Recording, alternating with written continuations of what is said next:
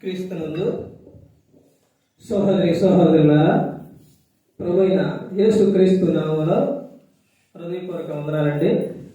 ముందుగా ఇంత మంచి సమయాన్ని ఇచ్చిన తండ్రి అయిన దేవునికి ప్రభువైన క్రీస్తు ద్వారా కృతజ్ఞత స్తుతులు చెల్లిస్తున్నానండి. అందరూ బాగున్నారండి. వాక్యం చదువుకుని తర్వాత ప్రార్థన చేసుకున్న తర్వాత పాఠంలోనికి వెళదామండి. మత్తయి గారు రాసిన సువార్త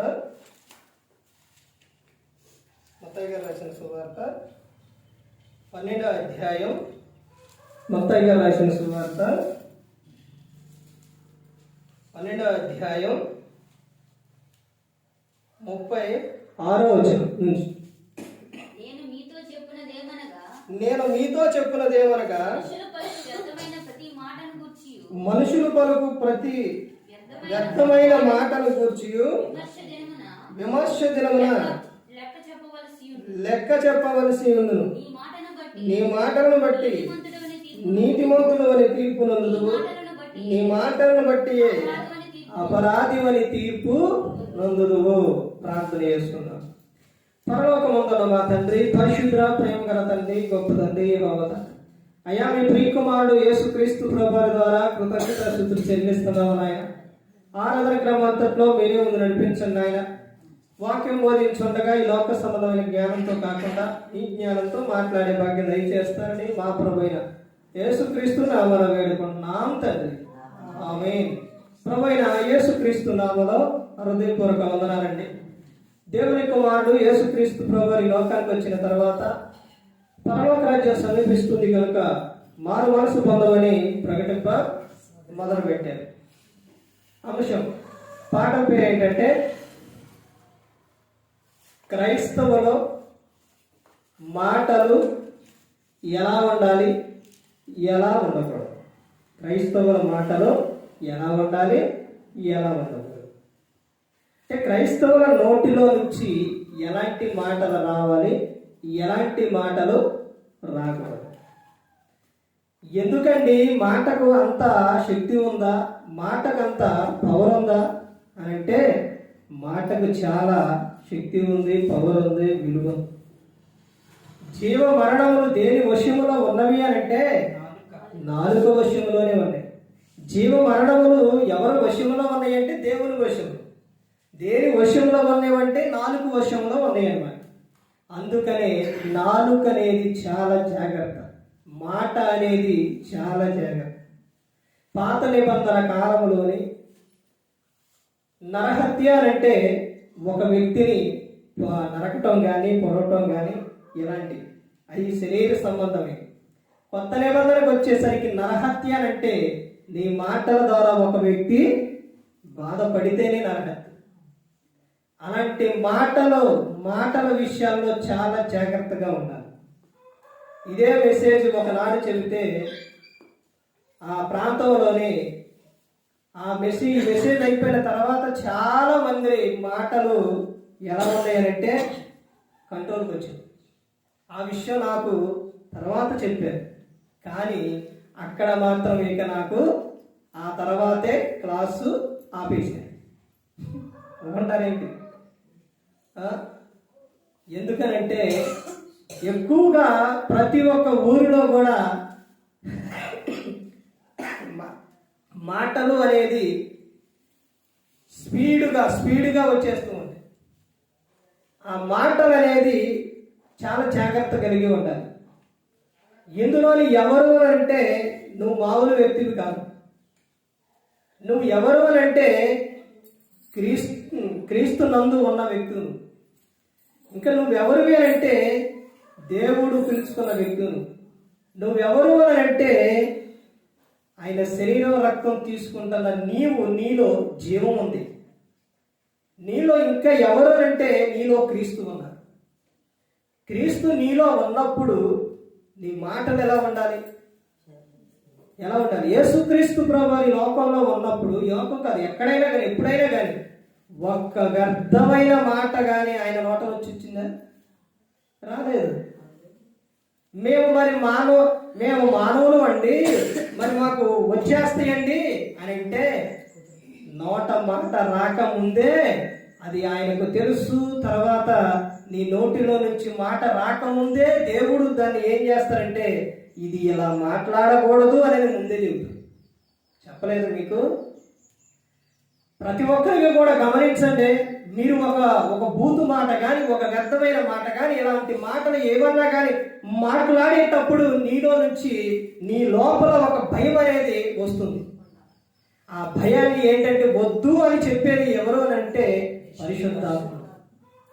కానీ పరిశుద్ధాత్ముడు చెబుతూ ఉన్నా కానీ పరిశుద్ధాత్ముడు నువ్వు పక్కనుండు, నేను మాట్లాడిన తర్వాత అప్పుడు ఇప్పుడు కాదు అని చెప్పేవారు కూడా ఉన్నారు. అంటే అలా చెప్పరు, పరిశుద్ధాత్ముడు పక్కనుండి అని చెప్పరులే కానీ వినరు, ఆయన మాట వినరు. ఆయన గద్దిస్తున్నా కానీ ఆయన మాట వినరు. క్రైస్తవుల మాటలు ఎలా ఉండాలి? బైబిల్ గ్రంథంలో నుంచి ఎన్ని మాటలు ఉన్నాయండి? చాలా మాటలు ఉన్నాయి. నేను ఎక్కువగా 3 కానీ 7 కానీ ఇదివరకు రెఫరెన్స్ తీసుకున్నాను. 3, 7తో ఆపేశారు. ఈ రోజున క్రైస్తవుల మాటలు ఎలా ఉండాలి, ఎలా ఉండకూడదు అని అంటే అందులోని ఈ రోజున 21 మాట. ఎన్ని? 21 మాట రాసుకోండి. 21 మాటలు చెబుతా.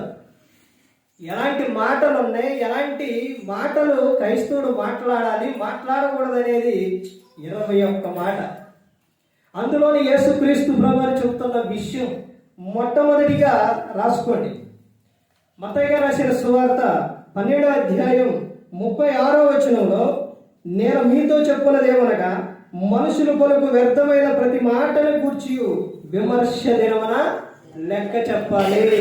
చూశారండి? ఎవరు ఎక్కడికి వచ్చి చెబుతున్నారు? పరలోకం నుంచి ఈ లోకానికి వచ్చి యేసుక్రీస్తు ప్రభువే చెబుతున్నారు. మరి ఈ విమర్శ దినము ఆ రోజున నువ్వు ప్రతి ఒక్కరూ కూడా లెక్క చెప్పవలసింది ఎవరికి? దేవునికి, యేసుక్రీస్తు ప్రభువారికి చెప్పాలి. ఆయనే చెబుతున్నారు. ఆయనే ఈ లోకానికి వచ్చి ఇదిగో మీరు వ్యర్థమైన మాటలాడితే విమర్శ దినం ఉంది, ఆ రోజున లెక్క చెప్పాలి. మీరు మాట్లాడే ప్రతి ఒక్క మాట గురించి విమర్శ దినమున మీరు ఏం చేయాలి? లెక్క చెప్పాలి. అంటే నేను ఎలా మాట్లాడినా సరిపోతుంది, నేను నా ఇష్టానుసారంగా మాట్లాడినా సరిపోతుందని అనుకుంటున్నారేమో. అలా అనుకుంటే దేవుడు చెప్తున్న విషయం ఏంటంటే ఇదిగో విమర్శ దినమున లెక్క చెప్పాలి. ఒక విషయం తెలుసండి, దేవుడు అప్పుడు కానీ ఇప్పుడు కానీ ఎప్పుడైనా కానీ దేవుడు ప్రతి ఒక్కరే కూడా ముందే రాసి గ్రంథంలో పెట్టారు. ఆకాశము ఆలకించు, భూమి చెవియకు సాక్షులు పెట్టారు. ఎక్కడ తప్పించుకుంటారు? ఇప్పుడు ఈ రోజున అంటే మామూలుగా మేము ఇలా మాట్లాడి ఇలా ఎదురుగా ఉన్నప్పుడు, కలిసినప్పుడు, లేకపోతే ఇంటికాడ ఉన్నప్పుడు ఇలా మాట్లాడితే దేవుడు ఎంటాడండి? ఫోన్లో మాట్లాడితే దేవుడు వినడు అనుకుంటున్నారా? మాట్లాడే మాటలు, ఫోన్ చేసే ఫోన్లో నుంచి మాట్లాడే మాటలు ముందు ఎక్కడికి వెళ్తాయో తెలుసా? ఆకాశానికి వెళ్తాయి. శాటిలైట్ అక్కడే ఉంది, అక్కడ నుంచి కిందకు వస్తాయి. ఆకాశమా ఆలకించు. బైబుల్ గ్రంథంలోని సినిమాల గురించి, సీరియల్ గురించి, అంటే వీటన్ని మూవీస్ గురించి బైబుల్ గ్రంథంలో ముందే రాశారు. అంటే ఎక్కడ ఉందంటే చూడకూడదని అనుకుంటున్నారా? అల్లరితో కూడిన ఆటలు పాటలు. అర్థమైందండి? ఇలా ప్రతి ఒక్కటి దేవుడు గ్రంథంలోనే ముందే రాపించారు. ఎందుకనంటే మనందరినీ ప్రేమిస్తున్నారు కాబట్టి. పిల్లలకు చిన్న వయసులో నుంచే జాగ్రత్తలు చెబుతారు. ఎందుకు? వారిని తల్లి తండ్రి ప్రేమిస్తున్నారు కాబట్టి. పలానా చాటకి వెళితే ప్రమాదం ఉంది అని తెలిస్తే అక్కడికి వెళ్ళొద్దయ్యా అని చెబుతారు. ఎందుకు? వారిని ప్రేమిస్తున్నారు కాబట్టి. అందుకని దేవుడు మనల్ని ప్రేమిస్తున్నారు కాబట్టి ప్రతి ఒక్క మాట విషయంలో, క్రియ విషయంలో, ప్రతి ఒక్క విషయంలో దేవుడు మనకు జాగ్రత్త చెప్పారు. ఎందుకనంటే మనలను ప్రేమించారు కాబట్టి. నా చిన్న వయసులో నుంచి యేసుక్రీస్తు ప్రభువు అంటే చాలా ఇష్టం.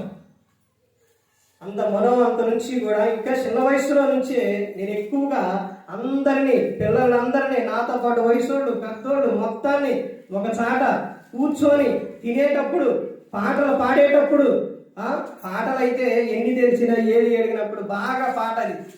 తర్వాత వాక్యానికి వచ్చేసరికి యోహాను సువార్త 3:16 ఎప్పుడు అదే చదివాడు. ఏంట వాక్యం ఏంటంటే, దేవుడు లోకంలో ఎంతో ప్రేమించెను, దేవుడు లోకాన్ని ఎంతో ప్రేమించాడు, ఆయన కుమారుని పంపించారు. ఎందుకనంటే ప్రతి ఒక్కరూ కూడా ఆ నిత్య జీవం చేరాలని, ఆయన పట్ల విశ్వాసం ఉంచాలని. ఆ తర్వాత గ్రంథం చదువుకుంటూ వెళుతూ ఉంటే యోహాను గారు రాసిన మొదటి పత్రిక 3:16 యేసుక్రీస్తు ప్రభువారు మన కోసం ప్రాణం పెట్టిన ఆయన చెబుతున్న విషయం చూడండి, ఎలాంటి జాగ్రత్తలు చెబుతున్నారు. ఇప్పటి వరకు నువ్వు నీ ఇష్టానుసారంగా జీవించావు, నీ క్రియలను బట్టి నువ్వు ఎలా పడితే అలా చేసావు. ఇప్పుడు మాట విషయాల్లో నువ్వు జాగ్రత్త కలిగి ఉండాలి. నీ మాట చాలా జాగ్రత్తగా ఉండాలి. ఈ 21 మాటలు చెప్పేసరికి అర్థమైపోతుంది. ఇక్కడ చెబుతున్న విషయం ఏంటంటే, మొట్టమొదటిగా రాసుకోవాల్సిన మాటలు ఏంటంటే, క్రైస్తవుల నోటిలో నుంచి ఏ మాటలు రాకూడదు? వ్యర్థమైన మాటలు రాకూడదు. ఇది మొదటిది. వ్యర్థమైన మాటలు మాట్లాడకూడదు. ఏదైతే అవసరమో అదే మాట్లాడాలి. ఎక్కడ ఏది మాట్లాడాలో అదే మాట్లాడాలి. కడుపులోకి వెళ్ళినది యేసుక్రీస్తు ప్రభువారు మార్కు సువార్త 7:21 చెప్పారు. ఏమని చెబుతారో తెలుసండి? అక్కడ అడిగిన సందర్భాల్లో లోపలకే వెళ్ళేది మనిషిని అపవిత్రపరచదు, లోపల నుండి వచ్చేదే మనిషిని అపవిత్రపరుస్తుంది. అదే మాట. అర్థమవుతుందండి? మనిషి భోజనం చేసింది అది కొన్ని గంటల్లో బహిర్భూమిలోకి వెళ్ళిపోతుంది. కానీ మాటలాడిన మాట మనిషి హృదయంలో అది ఏం చేస్తుందో తెలుసండి? బాధను కలిగిస్తుంది. నువ్వు ఒక వ్యక్తిని బలపరిచే మాటలే చెప్పాలి. ఇంకా నీ నోటిలో నుంచి ఏం మాటలు రావాలి, ఏం మాటలు రాకూడదు అన్నది మనం ఇంకా ముందుకెళ్తే అర్థమవుతుంది. యేసుక్రీస్తు ప్రభువారు చెప్పిన విషయం, వ్యర్థమైన మాటలు పలికితే, నువ్వు వ్యర్థమైన మాటలాడితే విమర్శ దినమన లెక్క చెప్పాలి. ఇంకో విషయం చెబుతున్నారు కింద, నీ మాటలను బట్టే నీతిమంతుడు అని, నీ మాటలను బట్టే అపరాధివని తీర్పు నొందుదువు. నీ మాటలను బట్టి. చూసారంటే మాటకి ఎంత విలువ ఉందో. ఇంకా ముందుకెళ్తే చూడండి, మాటల గురించి ఏమని చెప్తున్నారు చూడండి. సామెత్ర గ్రంథం ఎలాంటి మాటలు మాట్లాడాలో క్రైస్తవుడు చెప్తున్నారు చూడండి. సామెత్ర గ్రంథం 16వ అధ్యాయం, సామెత్ర గ్రంథం 16వ అధ్యాయం 21వ వచనం చూడండి. జ్ఞాన హృదయుడు వివేకి అనబడును, రుచిగల మాటలు పలుకుట వలన విద్య ఎక్కువగును. కలిగిన మాటలు క్రైస్తవుల నోటిలో నుంచి, నీ నోటిలో నుంచి రావలసిన మాటలు ఏమిటి అంటే, రుచి కలిగిన మాటలే రావాలి. అలా రుచి కలిగిన మాటలు వస్తే ఏం జరుగుతుందని చెప్తున్నారంటే, విద్య ఎక్కువగును. అర్థమైందండి? అంటే ఒక క్రైస్తవుడు ఏం మాట్లాడాలి? రుచి కలిగిన మాటలే మాట్లాడాలి. మీరు కూర వండుతారండి, అన్నీ వేసిన తర్వాత అన్నీ వేసి ఒకటి మాత్రం వేయకపోతే రుచి ఉండదు. ఏంటది? ఉప్పు. అర్థమవుతుందండి? అలాగే అది ఎలాగైతే రుచిగా ఉంటుందో నీ మాటలో కూడా ఎలా ఉండాలి? ఉప్పు వేసినట్టు రుచి కలిగిన మాటలే రావాలి. పిల్లల ముందు నువ్వు ఏ మాటలైతే మాట్లాడతావో ఆ మాటలే వాడి హృదయంలో నుంచి వస్తాయి. చిన్న వయసులో నుంచి వాళ్ళు నేర్చుకునే మాటలు చూడండి. ఇప్పుడు ఆ అని కానీ, ఏబిసిడి అని కానీ, 1, 2 అని కానీ, ఇంకా ఏయైనా కానీ వాళ్ళకి చిన్న విషయాలు నేర్పిని వాడు 10th కెళ్ళి, ఇంటర్కెళ్ళి, తర్వాత ఇంకా ఏ చదువుకు వెళ్ళినా కానీ వీటిని మర్చిపోతారా? మర్చిపోరు. వారికి బాల్యంలోని వాడికి నేర్పిన విషయాలు. అలాగే తల్లి గర్భంలో నుంచి వాళ్ళు బయటకు వచ్చిన తర్వాత వాళ్ళకి ప్రతి ఒక్క మాట, వ్యర్థమైన మాట వారి నోట నుంచి వస్తుంది అని అంటే ఎక్కడి నుంచి వస్తుంది? యాడ్ నుంచి వస్తుందనండి? మాట్లాడే మాటలు పెద్దలు మాట్లాడే మాటలు, తల్లిదండ్రులు మాట్లాడే మాటలు, ఇవన్నీ కూడా వాళ్ళ మనసులోనే పెట్టుకుంటారు. అవే తర్వాత వాళ్ళు ఏం చేస్తుంటారంటే అవే ఉపయోగిస్తూ ఉంటారు. అందుకని నీ నోటిలో నుంచి ప్రతిసారి ఎప్పుడు కూడా రుచి కలిగిన మాటలు వస్తే వాళ్ళు కూడా అవే మాట్లాడతారు, రుచి కలిగిన మాటలు. అలా నువ్వు మాట్లాడితే నీకు గౌరవం వస్తుంది. తర్వాత వినేవారికి కూడా ఎలా ఉంటుందంటే ఆనందంగా ఉంటుంది.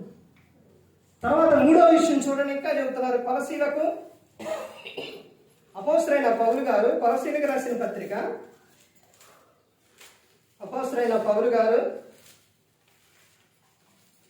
కొలసీలకు రాసిన పత్రిక 4వ అధ్యాయం 6వ వచనం చూడండి. ప్రతి మనుషునికి ఎలాగో ప్రత్యుత్తరం ఇవ్వవలెనో అది మీరు తెలుసుకున్నటకై మీ సంభాషణ ఉప్పు వేసినట్టు ఎల్లప్పుడూ రుచి కలిగినదిగాను కృపా సహితముగాను వండనీయుడి. ఎలా ఉండాలంట అంటే క్రైస్తవుల మాటలు ఎలా ఉండాలంటే కృపా సహితమైన మాటలు మాట్లాడాలి. అది ఎలా ఎప్పుడు వరకు నేను చెప్తున్నానంటే ప్రతి మనుషునికి ఎలా ప్రత్యుత్తరం ఇవ్వవలెనో. ఎవరు చెప్తున్నారు ఈ విషయం? అపోస్తలుడైన పౌలు గారు కొలసీ సంఘానికి రాస్తూ ఆయన చెబుతున్న విషయం ప్రతి మనుషునికి ఎలాగో ప్రత్యుత్తరం ఇవ్వాలా అది మీరు తెలుసుకొనుటకై మీ సంభాషణ ఎలా ఉండాలంటే ఉప్పు వేసినట్టు ఎల్లప్పుడూ రుచి కలిగినదిగాను. ఎల్లప్పుడూ ఉండాలంట. ఒక రోజు కాదు, ఒక గంట కాదు, కొన్ని రోజులు కాదు. ఎలా ఉండాలి? ఎల్లప్పుడూ కూడా ఉప్పు వేసినట్టు రుచి కలది గాను కృపాసహితముగాను ఉండనిది. కృపాసహితముగాను మాటలు ఉండాలి. ఒక క్రైస్తవుని మాటలు ఎలా ఉండాలి అని చెబుతున్నారంటే కృపాసహితమైన మాటలుగా ఉండాలి.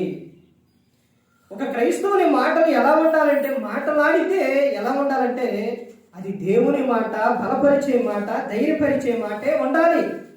ఒక వ్యక్తి బాధలో ఉన్నప్పుడు ఆ వ్యక్తిని ధైర్యపరిచే మాట ఉండాలి. వారికి అవసరమైన సందర్భాల్లోని దేవుని మాట వారికి చెప్పాలి. ఇంటిలో ఉన్న ప్రతి ఒక్కరికి కూడా దేవుని మాట చెప్పాలి. అర్థమైందండి? తీతుకు రాసిన పత్రికలో 2వ అధ్యాయంలో వృద్ధ స్త్రీల గురించి, యవన స్త్రీల గురించి అక్కడ సందర్భాన్ని ఉపయోగించినప్పుడు ఎవరు ఎలా ఉండాలో అక్కడ చెబుతారు. యవన స్త్రీలు తన ఎంట ఉండి ఎవరికేనట తన భర్తకు, శిశువుకు ఏం చేయాలంట? జ్ఞాపకం చెప్పాలి. దేవుని మాటలు చెప్పాలండి. అలా చెప్పినప్పుడు స్త్రీ అలా చెప్పినప్పుడు తన భర్త కూడా దేవునిలోనే ఉంటారు. ఎలా ఉంటారు అంటే ఇది పేతురు గారు రాసిన పత్రికలో చెప్తారు కదా, నీ భర్తకు వాక్యము, ప్రార్థన తెలియకపోతే నీ పవిత్ర ప్రవర్తనను చూసి ఆయనను రాబట్టబడవచ్చు. అంటే నువ్వు మందిరానికి రప్పించవచ్చు. దినాన న్యూ ఇయర్ నాడు ఎంత మంది వచ్చారంటే చాలా సంతోషం వేసింది, చాలా సంతోషం. అలా వస్తున్నారు అని అంటే, అలా వచ్చారు అని అంటే మీ ప్రవర్తన ఎలా ఉందో తెలుస్తుంది. ఏదో ఒక రోజు నీ ప్రవర్తనను బట్టి వారిని రప్పించుకుంటావు. వాళ్ళు వస్తారు. ఈ రోజున నేను మందిరానికి వెళ్ళాలి అనే ఆలోచన వచ్చినప్పుడు వెంటనే వెనకమాల ఉన్న వారి ప్రవర్తన వాళ్ళకు గుర్తు వచ్చింది. అర్థమవుతుందండి? అంటే ఎంట ఉండి నువ్వు శిష్యులకు, భర్తకు దేవుని మాటలు నువ్వు చెప్పుకోవాలి. ఇక్కడ అదే చెప్తున్నారు. ఎలా ఉండాలి? కృపాసహితమైన మాటలు ఉండనీయుడి ఎల్లప్పుడూ కూడా. తర్వాత ఇంకా చెప్తున్న విషయం చూడండి. పేతురు గారు రాసిన మొదటి పత్రిక 3వ అధ్యాయం 10వ వచనం నుంచి చూడండి. జీవమును ప్రేమించి మంచి దినములు చూడగోరువాడు చెడ్డదాన్ని పలుకకుండా, తన నాలుకను కపటము మాటలు చెప్పకుండా తన పెదవులను కాచుకొనవలెను. అంటే క్రైస్తవుల నోటిలో నుంచి ఏ మాటలు రావాలి, ఏ మాటలు రాకూడదో ఇక్కడ చెబుతూ ఉన్నారు. కొన్ని మాటలు ఏం చేయాలంటే కాపాడుకోవాలి. అర్థమైందండి? అదే చెబుతున్నారు, నువ్వు జీవమును ప్రేమించి మంచి దినాలు చూడాలి అని అంటే చెడ్డవాటిని పలుకోకుండా, నీ నాలుకను కపటపు మాటలు చెప్పకుండా, నీ పెదవులను ఏం చేయాలంట? కాపాడుకోవాలి. నువ్వు ఎంత భక్తి చేసినా కానీ, నువ్వు ఏది చేసినా, ఎంత భక్తి చేసినా కానీ, నీ మాట సరిగా లేకపోతే నీ భక్తి అంతా వ్యర్థం. అర్థమవుతుందండి? నీ మాట సరిగా లేకపోతే నువ్వు రాసుకున్నవి కానీ, వినేవి కానీ ప్రతి ఒక్కటి కూడా వ్యర్థమే. ఎలాగో తెలుసండి, ఇప్పుడు ఇలా ఉంది, ఇది తీసుకెళ్ళి నువ్వు ఇలా ఏం చేసావంటే, వచ్చా ఇలా రాసుకున్నా, తర్వాత దీన్ని ఇలా మూసి తర్వాత తీసుకెళ్ళి ఇలా పడేసినట్టు. దాని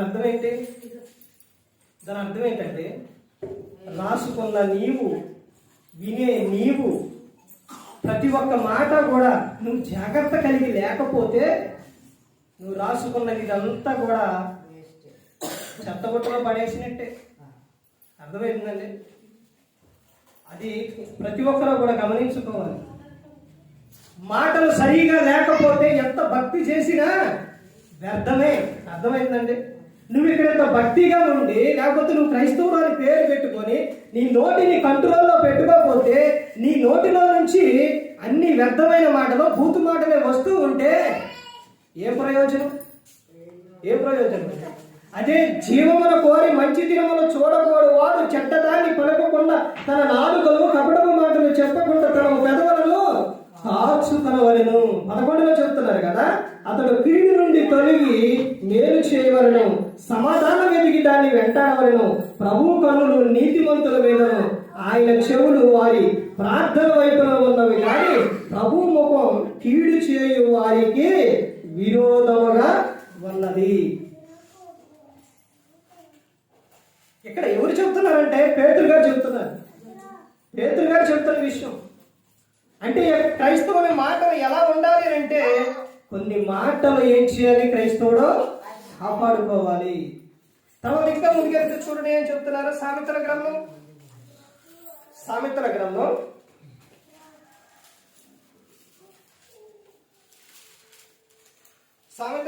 8వ అధ్యాయం 13వ వచనం చూడండి. యెహోవా యందు భయభక్తులు కలిగి ఉండుట, చెడుతనము అసహించుకొనుటయే, గర్వము, అహంకారం, దుర్మార్గత, కుటిలమైన మాటలు నాకు అసహ్యములు. ఎవరికంట? దేవునికి. అసహ్యమైన మాటలు అంటే క్రైస్తవుల నోటిలో నుంచి ఏ మాటలు రాకూడదంటే, కుటిలమైన మాటలు రాకూడదు. అవి దేవునికి ఎలాంటివి అంటే అసహ్యమైనవి. ఇంకా ముందుకెళ్తే చూడండి ఎలాంటి మాటలు ఉన్నాయో. సామెతలు 17వ అధ్యాయం చూడండి. సామెతలు 17వ అధ్యాయం 4వ వచనం నుంచి చూడండి. చెడు నడవడి గలవాడు దోషపు మాటలు వినును, నాలుక హానికరమైన మాటలు పలుకుచుండగా అబద్ధికుడు చెవియొగ్గును. చూశారండి? చెడు నడవడి గలవాడు ఏం మాటలంట? దోషపు మాటలు వినును. దోషపు మాటలు ఎంత భయంకరమైన మాటలు అంటే. తర్వాత కింద ఏమని చెప్తారంటే, నాలుక హానికరమైన మాటలు పలుకుచుండగా అబద్ధికుడు చెవియొగ్గును. నీతిమంతులు కానీ, లేకపోతే దేవుని యందు భయభక్తులు గల వారు కానీ ఇలాంటి మాటలు వింటారా? వినరు. తర్వాత ఇంకా చూడండి ఎలాంటి మాటలు ఉన్నాయో. తర్వాత యెషయా గ్రంథం 59వ అధ్యాయం, యెషయా గ్రంథం 59వ అధ్యాయం 3-4 వచనాలు చూడండి.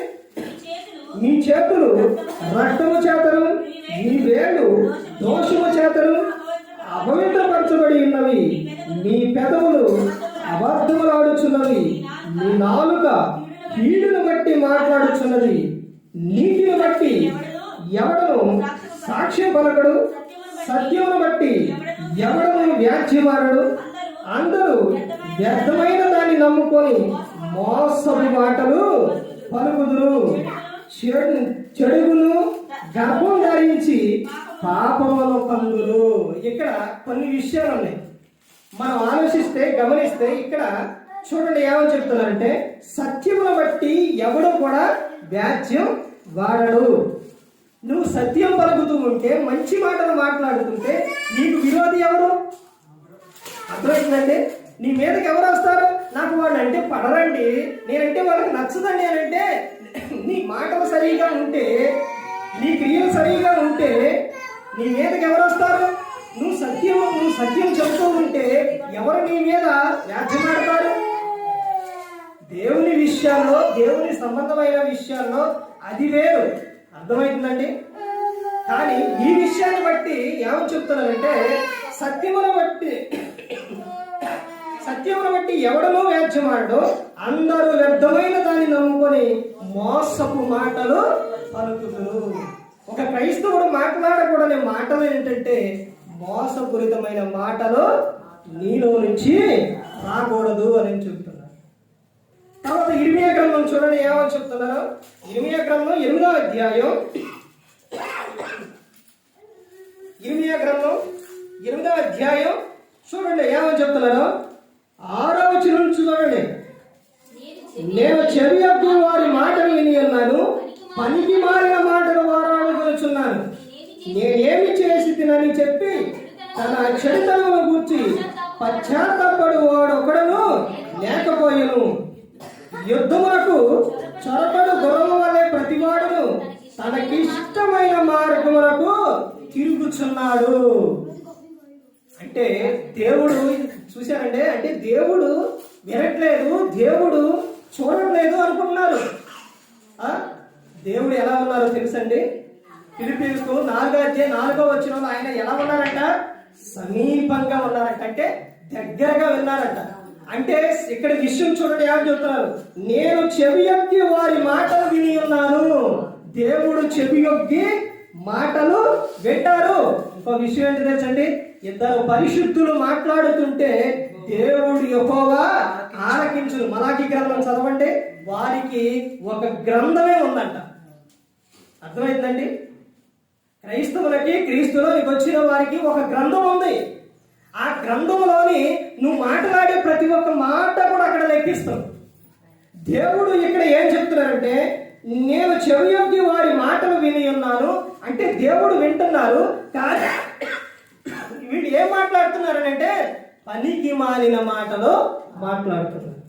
సంఘానికి వచ్చిన తర్వాత, క్రీస్తు యోధకు వచ్చిన తర్వాత నీకు పనికి మాలిన మాటలు ఎందుకు వస్తాయి? ఎందుకు వస్తున్నాయండి? దేవుడు ఈ మాటలో వింటున్నారు, దేవుడు ఈ మాటలో ఆలకిస్తున్నారు. సంఘానికి వచ్చిన తర్వాత, క్రీస్తు యోధకు వచ్చిన తర్వాత నువ్వేదైతే మాట్లాడుతున్నావో ప్రతి ఒక్కడి కూడా ఆయన వింటున్నారు. అలా విన్న దేవుడు వింటున్నప్పుడు ఏం చేస్తున్నారంటే, వీళ్ళు పనికి మాలిన మాటలు మాట్లాడుకొనుచున్నారు. తర్వాత వీరిలో ఎవరిలోనైనా అయ్యో నేను ఇలా మాట్లాడుతున్నానే, మరి గబుక్కునట్టు వచ్చిందే అని పశ్చాత్తపడేవారు ఉన్నారా? లేరంట. అయ్యో నేను ఇలా మాట్లాడుతున్నానే, ఇలా మాట్లాడకూడదని వారు పశ్చాత్తపడేవారు లేరంట. కానీ ప్రతి ఒక్కరు కూడా ఏం చేస్తున్నారంట? కింద వచ్చిన అక్కడే చెబుతున్నారు చూడండి. తన చెడుతనమును గురించి పశ్చాత్తపడేవాడు ఒకడును లేకపోయిను, యుద్ధమునకు చొరబడు గుర్రము అనే ప్రతివాడుని తనకిష్టమైన మార్గమును తిరుగుతున్నాడు. అంటే తనకిష్టం వచ్చినట్టు తన మార్గమునే తన మనసు చెప్పినట్టు చేస్తున్నాడు. ప్రసంగి గ్రంథంలో 11వ అధ్యాయంలో ఒక విషయం చెబుతారు. ఏంటో తెలుసండి? ప్రసంగి గ్రంథంలో, యవనుడా నీ యవ్వన కాలమందు నీ ఇష్టం వచ్చినట్టు ఉండు, నీ ఇష్టం వచ్చినట్టు తిరుగు, నీ ఇష్టం వచ్చినట్టు నీ హృదయం యొక్క ఇష్టం చొప్పున, ఆలోచన చొప్పున నీ ఇష్టం వచ్చినట్టు తిరుగు. అబ్బా ఈ మాట బలేకుంటాయి కదండి. అబ్బా చూసారా ఎంత చెబుతున్నారు? మా ఇష్టం వచ్చినా తిరగమంటున్నారు, మా ఇష్టం అంటున్నారు. దానికి కింద వెంటనే దేవుడు చెప్తున్నారు కదా, అయితే ప్రతి దానిని గురించి ఏం చేయాలి? లెక్క చెప్పవలసి ఉన్నది దేవునికి. మనలను పుట్టించిన ఆయన, కాపాడుతున్న ఆయన, మన గురించి పట్టించుకున్న ఆయన లెక్క అడగడా? అర్థమవుతుందండి? పిల్లలకే ఒక 100 రూపాయలు ఇచ్చి షాపుకు పంపించారు. తిరిగి వచ్చిన తర్వాత ఇగో ఎంత తెమ్మని మీరు చెప్పారు. చెప్పిన తర్వాత వాళ్ళు మీరు ఇంటికి వాళ్ళు తీసుకొని వచ్చిన తర్వాత ఇక లెక్క అడగరా? అలాగే దేవుడు కూడా ఏం చేస్తారో లెక్క అడుగుతున్నారు. ఇక్కడ అదే చెబుతున్నారు, క్రైస్తవుల నోటిలో నుంచి రాకూడదు ఏంటి అని అంటే పనికి మాలిన మాటలు రాకూడదు. తర్వాత ఇంకా ముందుకెళ్తే చూడండి ఏమని చెప్తున్నారు. యోబు గ్రంథం 16వ అధ్యాయం, యోబు గ్రంథం 16వ అధ్యాయం చూడండి, మొదటి నుంచి చూడండి. అందుకు యోబు ఎలాగో ప్రత్యుత్తరం ఇచ్చెను, ఇట్టి మాటలు అనేకములు నేను విని ఉన్నాను. మీరందరూ బాధకే కర్తలు గాని ఆదరణకు కర్తలు కాదు. చూశారండి, యోబు గారు చెబుతున్న విషయం. మీరందరూ దేనికి కర్తలంట? బాధకే కర్తలు కానీ ఆదరణకు కర్తలు కాదు. కింద తర్వాత వచ్చిన 3వ వచనంలో ఈ గాలి మాటలు ముగిసిపోయిన నీకేమి బాధ కలుగుట చేత నాకు ఉత్తరం ఇచ్చుచున్నావు. నా స్థితిలో మీరుండిన ఎడల నేను మీ వలె మాట్లాడవచ్చును, నేను మీ మీద మాటలు కల్పింపవచ్చును, మీ వైపు చూచి నా తల ఆడింపవచ్చును. అంటే ఇక్కడ మాట్లాడుతున్న మాటలు ఏంటి అని అంటే సందర్భం ఏంటంటే ఇంకా చదువుకుంటూ వెళితే ఉన్న విషయం ఏంటంటే ఇక్కడ గాలి మాటలు. అదే చెబుతున్నారు అక్కడ. ఏ మాటలు? గాలి మాటలు, లేని మాటలు. అర్థమైందండి? ఇలాంటి మాటలు క్రైస్తవులకు నోటిలో నుంచి రాకూడదు. తర్వాత ఇంకా చెప్తున్నారు సార్, ఇంకా ముందుకెళ్తే యోబు 38లో చూడండి ఏమని చెప్తున్నారు. యోబు 38వ అధ్యాయం 2వ వచనం నుంచి చూడండి. జ్ఞానం లేని మాటలు చెప్పి ఆలోచన చెరుపుచున్న వీడెవడో. చూశారండి, జ్ఞానము లేని మాటలు అంటే ఏ మాటలు మాట్లాడతారు అని అంటే ఇక్కడ చెబుతున్న విషయం ఏంటంటే ఏం మాటలంట? జ్ఞానము లేని మాటలు. 35లో చూడండి ఏమని చెప్తున్నా. 35 చూడండి, 35వ అధ్యాయం 13వ వచనం. నిశ్చయముగా దేవుడు నిరర్థకమైన మాటలు చెవిని పెట్టడు, సర్వశక్తుడు వాటిని లక్ష్య పెట్టడు. నిరర్థకమైన మాటలు ఆయన లక్ష్య పెట్టడు. తర్వాత ఇంకా ఏ మాటలు ఉన్నాయనంటే కీర్తనల గ్రంథం 31వ కీర్తన గ్రంథం 31వ కీర్తన 18వ వచనం చూడండి. 18 అబద్ధికుల పెదవులు మూయబడును గాక, వారు గర్వమును అసహ్యమును అగుపరచుచు నీతిమంతుల మీద కఠోరమైన మాటలు పలుకుదురు. ఏ మాటలంట? కఠోరమైన మాటలు పలుకుదురు. ఎవరి మీద పలుకుదురు? నీతిమంతుల మీద. వీరు కూడా వారిలాగే ఉన్నారనుకోండి, వారి మీద ఇంకా మోపేది ఏముంది? అర్థమైందండి? ఎవరి మీద కఠోరమైన మాటలు మోపుతారు అంటే నీతిమంతుల మీదే కఠోరమైన మాటలు మోపుతారు. తర్వాత ఇంకా సామెతలు, కీర్తనలు చూడండి. తర్వాత సామెతలు కదా. కీర్తనలు 34వ కీర్తన 13వ వచనం. అదేనమ్మా, చెడ్డ మాటలు పలుకకుండా నీ నాలుకను, కపటమైన మాటలు పలుకకుండా నీ పెదవులను కాచుకొను. ఏ మాటలంట? చెడ్డ మాటలు నీ నోట రాకూడదు. అంటే ఏం చేయాలని చెప్తున్నారనంటే చెడ్డ మాటలు పలుకకుండా నీ నాలుకను, కపటమైన మాటలు పలుకకుండా నీ పెదవులను కాచుకో అని చెప్తున్నారు. చూసారండి, గ్రంథంలో దేవుడు ఎన్ని విషయాలు రాపించారు, ఎన్ని మాటలు రాపించారు. ఇవి రాచుకుంటే మీకు ఉపయోగపడతాయి. అర్థమైందండి? కపటమైన మాటలు నీ నోట నుంచి, నీ పెదవుల నుంచి రాకూడదు. తర్వాత ఇంకా చెబుతున్న విషయం ముందుకెళ్తే చూడండి. తర్వాత కీర్తన గ్రంథం 38 చూడండి. కీర్తన గ్రంథం 38వ కీర్తన 38 12వ వచనం. నా ప్రాణము తీయి చూచువారు మురుగుపడుచున్నారు. నాకు కీడు చేయ చూచువారు హానికరమైన మాటలు పలుకుచు దినమెల్ల కపటోపాయములో పన్నుచున్నారు. ఏ మాటలంట? హానికరమైన మాటలు. క్రైస్తవులకి మాట్లాడాల్సిన మాటలని ఇవి. అంటే హానికరమైన మాటలు నీ నోటిలో నుంచి రాకూడదు. ఒక వ్యక్తిని నువ్వు బలపరిచే మాటలే రావాలి. నువ్వెప్పుడైతే నీ నోట నుంచి మంచి విషయాలు వస్తాయో, వారు బాగుండాలి, వారు ఫలించాలి, వారు దీవించబడాలి, వారు మంచిగా ఉండాలని ఎప్పుడైతే ఇలాంటి మాటలు వస్తాయో నీకు కూడా అవి వర్తిస్తాయి. తర్వాత ఇంకా ముందుకెళ్తే ఇంకా చెబుతున్నారు కదా. తర్వాత సామెతల గ్రంథం 4వ అధ్యాయం, సామెతల గ్రంథం సామెతలు 4వ అధ్యాయం 24వ వచనం చూడండి. మూర్ఖము మాటలు నోటికి రానియకము, పెదవుల నుండి విలువైన మాటలు రానియకము. ఏ మాటలంట? మూర్ఖపు మాటలు. కొంతమంది మాట్లాడతారండి, ఎంత భయంకరంగా మాట్లాడతారో. అసలు అవతార వ్యక్తిని పొడిచే పని లేదు, హత్య చేసే పని లేదు, ఇక అయిపోయినట్టే. అంత భయంకరమైన మాటలు మాట్లాడతారు. అవే ఏంటంటే, ఒకటి కత్తిపోటు మాటలు అంటారు, తర్వాత మూర్ఖపు మాటలు. మూర్ఖంగా మాట్లాడేవారు ఉంటారు. అలాంటి మాటలు క్రైస్తవ నోటిలో నుంచి రాకూడదు. తర్వాత ఇంకా చూడండి, సామెతలు 8:6 చూడండి. సామెతల గ్రంథం 8వ అధ్యాయం 6వ వచనం. నేను శ్రేష్టమైన సంగతులను చెప్పెదను వినుడి, నా పెదవులు యథార్థమైన మాటలు పలుకును, నా నోరు సత్యమైన మాటలు పలుకును.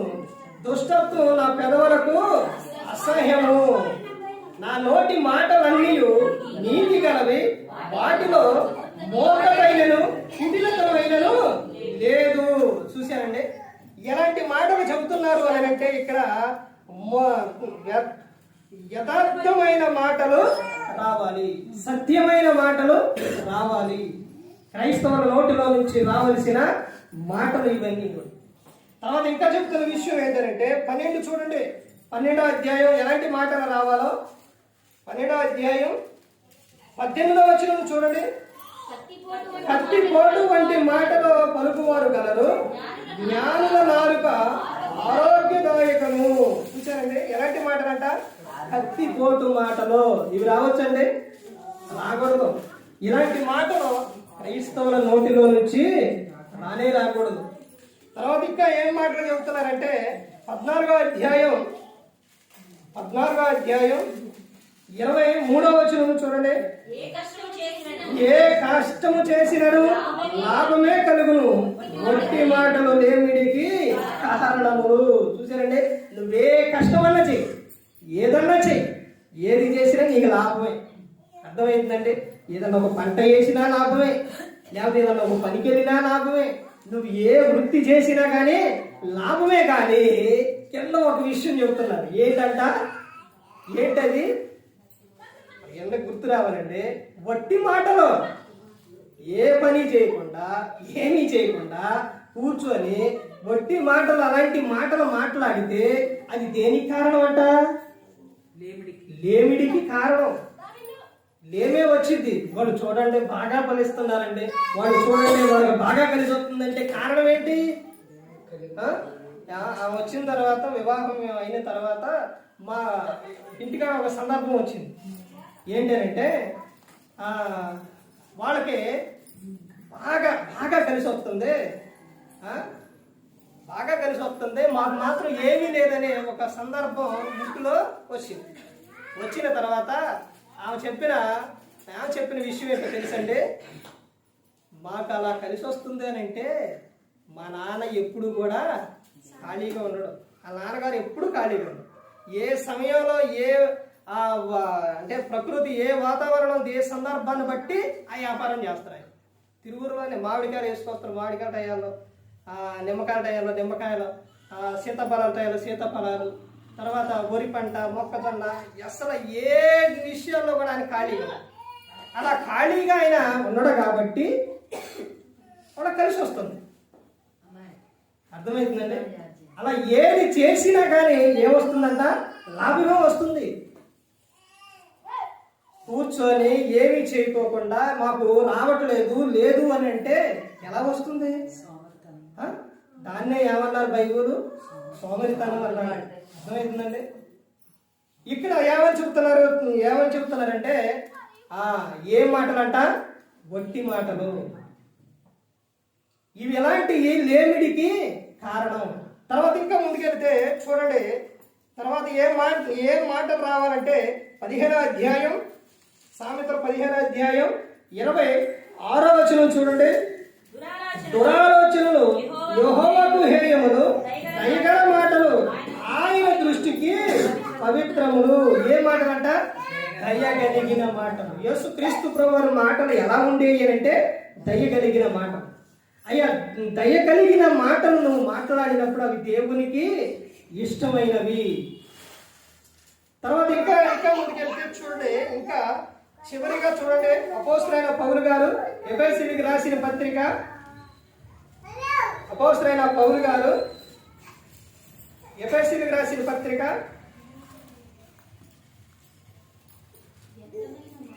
5వ అధ్యాయం 3వ వచనం నుంచి రాండి. మీలో జాగ్రత్తమే కానీ ఏ విధమైన అపవిత్రతయే కానీ లోభమే కానీ వీటి పేరైనా ఎత్తకూడదు. ఇదే పరిశుద్ధులకు తగినది. ఇదే పరిశుద్ధులకు. అలాంటి పేరును కూడా ఎత్తకూడదు. ఒక బాబు వచ్చి నా దగ్గరకు వచ్చి ఆయన చెబుతున్న విషయం ఏంటంటే, ఒక ఆమంట ముందు ఒక మాట మాట్లాడింది. ఏ మాట అంటే బూతు మాట మాట్లాడిన తర్వాత ఏమొచ్చి నాకు చెప్తాను, ఆమె ఇలా మాట్లాడింది, ఇలాంటి మాట మాట్లాడిందంటే నేను అడిగాను, ఏం మాట్లాడినా? నా నోటితో నేను ఆ మాట చెప్పను అంటాడు. అమ్మ, ఈ నుంచి చాలా నేర్చుకోవచ్చు. అర్థమైందండి? అంటే తన ఆ మాటలు అయితే విన్నాడు కానీ ఆ మాటలు అయితే నా నోటి నుంచి అర్థమైందండి? అలాంటి ఇక్కడ అదే చెప్తున్నారు చూడండి. ఏం మాట్లాడ? మీలో జారత్వమే కానీ ఏ విధమైన అపవిత్రతే కానీ లోపత్వమే కానీ వీటి పేరైనా ఎత్తకూడదు. ఇదే పరిశుద్ధులకు తగినది. తర్వాత క్రైస్తవుడు అంటే ఎలాంటి మాటలు మాట్లాడాలో కింద వచనాల్లో చెబుతున్నారు చూడండి. కృతజ్ఞత వచనమే మీరు ఉచ్చరింపవలెనను కానీ మీరు బూతులైనను, పోటీ మాటలైనను, సరసత్తులైనను ఉచ్చరింపకూడదు. ఇవి మీకు అగము. పైన ఏమని చెప్తున్నారండి? కృతజ్ఞత వచనమే మీరు మాట్లాడాలి. మీ నోటిలో నుంచి ఏమి రావాలంటే కృతజ్ఞత వచనమే రావాలి. మంచి మాటలే మీ నోటిలో నుంచి రావాలి. కింద చెప్తున్న విషయం ఏంటంటే ఉచ్చరింపవాలని కానీ మీరు బూతులైనను, పోకిరి మాటలైనను, సరసత్తులైనను ఉచ్చరింపకూడదు. ఇవి మీకు సగము అని చెబుతూ ఉన్నారు. క్రైస్తవుల నోటిలో నుంచి రావలసిన మాటలు, రాకూడని మాటలు ఎలాంటి మాటలండి? మన నోటిలో నుంచి కృతజ్ఞత వచ్చినవే రావాలి కానీ వ్యర్థమైన మాట రాకూడదు. మూర్ఖపు మాటలు రాకూడదు. తర్వాత గాలి మాటలు రాకూడదు. వ్యర్థమైన మాట రాకూడదు. పోగిన మాట రాకూడదు. మొత్తం చాలా మాటలు ఉన్నాయి బైబిల్ గ్రంథం. అర్థమైందండి? క్రీస్తుని నమ్ముకొని ఆయన యొక్కకు వచ్చిన తర్వాత ఇంకా మనం పరిశుద్ధపరచబడకపోతే ఎవరు వస్తారు సంఘానికి? ఒకసారి ఆలోచించండి. మిమ్మల్ని బట్టి, సంఘాన్ని బట్టి ఏం చేయాలి? రావాలి. అర్థమవుతుందండి? ఆ విధంగా రావాలి. ఒక విషయం గమనించండి. 2025లో చెప్పాను మందిరానికి బయట నుంచి వస్తారు అని.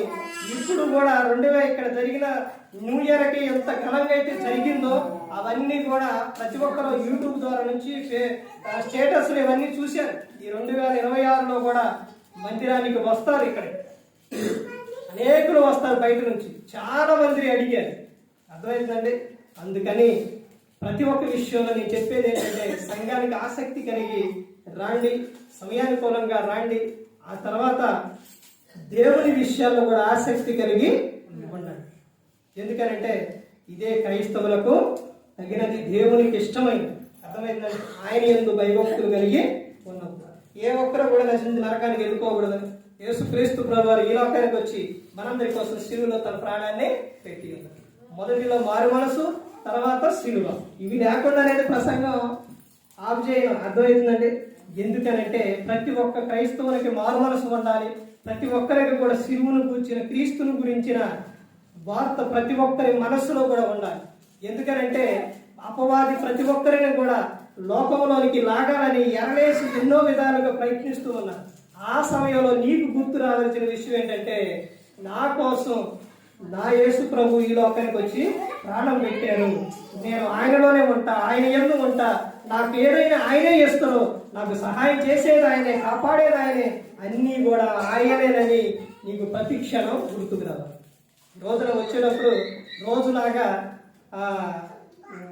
నిద్రగా అలాంటిది ఏం లేదు. ఎందుకనంటే ఈరోజు నేను ఎక్కడమే కొంచెం లేట్గా ఎక్కాను బండి. ఆ తర్వాత అంటే కొంచెం లేట్ అయింది. వెళ్ళాలి, త్వరగా వెళ్ళాలి, 6 గంటలకల్లా ఇక్కడే ఉండాలని వచ్చేసేటప్పుడు లక్ష్మీపురం కాడ పిల్లలు పంపుతుందంటే గమనించండి. ఎందుకు చెబుతున్నానంటే ఏదో గొప్ప కోసం చెప్పట్లేదండి, ఇది దేవుడు చేసిన మేలు విషయం చెబుతున్నాడు.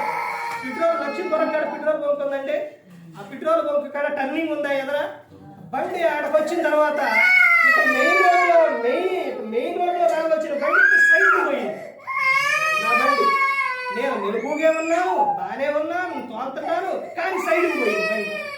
ఏంటబ్బా సైడ్ పాడగానే బండి, అసలు ఎప్పుడూ లేదే బండి ఇన్ని సంవత్సరాలల్లా ఇలా సైడ్ ఎందుకు పోయిందని ఇలా తిరిగి ఇలా చూసి అంతే పక్కన యాక్సిడెంట్ అయింది.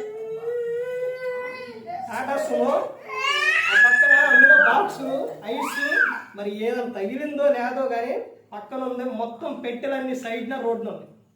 అదే నేను అలా టర్నింగ్లో మెయిన్ వస్తే అవన్నీ ఎక్కేయి. అలా బండి ఇలా సైడ్ రావటం వల్ల ఇలా వచ్చిన తర్వాత చూశారు. ఎంత గొప్ప దేవుడు అండి. చూశారండి? మెయిన్కి వచ్చినట్టయితే అవి ఎక్కేయే తగిలయ్యే బండి పడిపోయాయి. బండి అందుకని అలా పక్కకు వచ్చింది. నాకు ఎమ్మనే డౌట్ వచ్చింది, ఎందుకు బండి పక్కకి ఎందుకు వెళ్ళింది, ఇంత సైడ్ని ఎందుకు వెళ్ళింది బండి అని. వెంటనే ఇలా చూడటంతోనే యాక్సిడెంట్ అయ్యి దేవుడు గొప్ప దేవుడు అండి, ఆయన కాపాడుతారు. ఇలాంటివి నాకు తలుచుకుంటే కళ్ళ నీళ్ళు అసలు ఆగదండి. ఎందుకంటే ఆయన చేసే మేలులు అంత అద్భుతంగా ఉంటాయి. అలాంటి దేవుడు నా జీవితంలో ఎన్నో మేలులు చేశారండి, ఎన్నో మేలులు, ఒకటి కాదండి, చాలా మేలులు చేశారు దేవుడు. ఒకసారి నాకు వెన్నుపూస ఇలా ఉండే వెన్నుపూస ఇలా ఇడిపోయింది. వివాహం అయిన తర్వాత ఇలా ఇడిపోయిన తర్వాత ఈ మొత్తం ఎప్పుడైతే మొత్తం వెన్నుపూస మీద కండి మనిషి మొత్తం ఆగేది, ఎప్పుడైతే కాలు మొత్తం ఒళ్ళు అంతా సచ్చొచ్చేది. ఇక పడిపోతే ఇలా నిద్ర పట్టుకొని నిలబడ్డా కానీ కాళ్ళు కింద ఆడట్లేదు. ఇక పట్టుకొని పట్టుకోవడం కూడా ఇలా కాలు కూడా ఇలా జరపలేకపోతుంది. దేవుడు అలాంటి వ్యక్తిని ఇలా నుంచొని ఇలా మాట్లాడుతూ ఉంటే, మా తాతగారు ఉన్నారు అప్పుడు, ఇలా మాట్లాడుతుంటే ఇలా టక్కన పడిపోవడమే, వాళ్ళు పట్టులేవు. అలాంటి పరిస్థితి నుంచి దేవుడు నన్ను స్వస్థపరిచాడు. తర్వాత భయంకరమైన ఒక ఎవరికి రాని 100లో ఒక్కడికి వచ్చేది హైపర్ థైరాయిడ్ అని స్పీడ్, అది కోపం ఎక్కువ. తర్వాత ఈ జుట్టు కానీ గడ్ని ఇవన్నీ మొత్తం ఊడిపోవడం బాగా స్పీడ్ ఎక్కువ. అది అలాంటిది దేవుడు నన్ను స్వస్థపరిచాడు. అలాంటి దాని నుంచి అక్కడికి వెళ్ళి విజయవాడ పూర్ణ గారని థైరాయిడ్ షుగర్ వాటికి స్పెషలిస్ట్ అనమాట. ఆయన విజయవాడ ఫేమస్. ఆయన చివరికి అవన్నీ ఆయన ట్రీట్మెంట్ చేసిన తర్వాత అవన్నీ చూసిన తర్వాత రిపోర్ట్ మళ్ళా టెస్ట్ చేసి రిపోర్ట్లు వచ్చిన తర్వాత అందులోని ఏమీ లేదు, పూర్తిగా తగ్గిపోయిందని వచ్చింది. ఆయన అలా పిలిచి నో మెడిసిన్, ఇక మెడిసిన్ అవసరం లేదని పెట్టి ఇలా నేను లెగిసి ఇలా వస్తూ ఉంటే ఇలా దండం పెట్టుకున్నాను. పెద్ద డాక్టర్ ఆయన. ఇది ఎలా జరిగిందని దేవుని కృప అండి. యేసుక్రీస్తు ప్రభు వారు స్వస్థపరిచారండి. ఇంకా ఎన్నో విషయాలు, పిల్లల విషయాల్లోనైతే ఎక్కడికి వెళ్ళినా, ఏ ఊరు వెళ్ళినా కానీ పుట్టరు అని చెప్పారు. దేవుడు గొప్ప బహుమానం ఇచ్చాడు. ఇలా అనేక విషయాలనండి నశించిపోతున్న సమయంలో కానీ, లోకంలో కానీ అనేక సందర్భాల్లో దేవుడు ఎన్నో మేలులు అప్పటి నుంచి ఇప్పటి వరకు చేస్తూనే ఉన్నారు. మా నాన్నగారి విషయాల్లో మీరు చూశారు కండి. ఇప్పుడు ఫోన్లో ఉన్న స్టేటస్ ఉన్న వాళ్ళు చూసే ఉంటారు. చూశారంటే నిలబడి ఇలా కర్రబొడి మీద నడుస్తుండు, ఆయన పని చేసుకుంటాడు. గేలగా మేత వేయటం కానీ అన్ని ప్రతి ఒక్కటి కూడా ఆయనే చేస్తుండు. ఆ రోజున ఎలా ఉన్నారు? దేవుడు చూశారండి ఎలా కాపాడారు. దేవుడేనండి స్వస్థపరిచేది, దేవుడే కాపాడేది. అందుకని ప్రతి ఒక్కరూ గమనించండి, ఆయన పట్ల మనం విశ్వాసం కలిగి ఉన్నప్పుడు, నిత్యము కూడా ఆయన మీద ఆధారపడ్డప్పుడు ఆయన చేసే మేలులు చాలా గొప్పగా ఉండేవి. నాకు వేరుగా ఉండి మీరు ఏమి చేయలేరు, నాకు దగ్గరగా ఉండి నా దగ్గర ఉన్నప్పుడే మీకు ఏదైనా కానీ ఇస్తాను. ఇలా సంఘంలో కానీ అనేక మీ జీవితాల్లో కానీ దేవుడు ఎన్నో మేలులు చేసి ఉన్నారు. ఆయనకు అన్ని మేలులు చేసిన ఆయనకు చేయవలసింది ఏంటి అంటే, కీర్తనలో 106, 107 కీర్తనలు చదవండి. అక్కడ చెబుతూ ఉన్నారు కదా, ఆయనకి నిత్యం కృతజ్ఞతాస్తుతులు చెల్లించాలి. గ్రంథం పట్టుకొని నిత్యం ఆయన గురించి ప్రకటించాలి. రక్షణ పాత్ర ఇదేనండి. అర్థమైందండి? నేను ప్రతి ఒక్కరు గమనించాను. అంత మేలులు చేసిన దేవునికి, మన కోసం ప్రాణం పెట్టిన క్రీస్తును ఎప్పుడు కూడా విడిచిపెట్టి ఉండకూడదు. అలా ఉండి లోకంలోకి వెళ్ళిపోతే, ఈ లోకం విడిస్తే నరకానికి వెళ్ళిపోతుంది. అది దేవునికి ఇష్టమైనది కాదు. మనం బహుగా ఫలించాలి, అభివృద్ధి చెందాలనే దేవుడు మనకు ఇన్ని మేలులు చేస్తూ ఉన్నారు. తర్వాత ఆయనతో పాటు ఉండాలనే అన్ని విషయాలు కూడా మనకు చెప్పింది. మరి ఈ విధంగా నిలబెట్టి మాట్లాడించిన తండ్రి దేవునికి కృతజ్ఞతాస్తుతులు చెల్లిస్తూ, ఇంతవరకు శ్రద్ధగా ఉన్న మీకు ప్రభుపేట నా హృదయపూర్వక వందనాలు చెల్లిస్తూ ఈ మాటలు ముగిస్తున్న అందరికీ వందనాలు.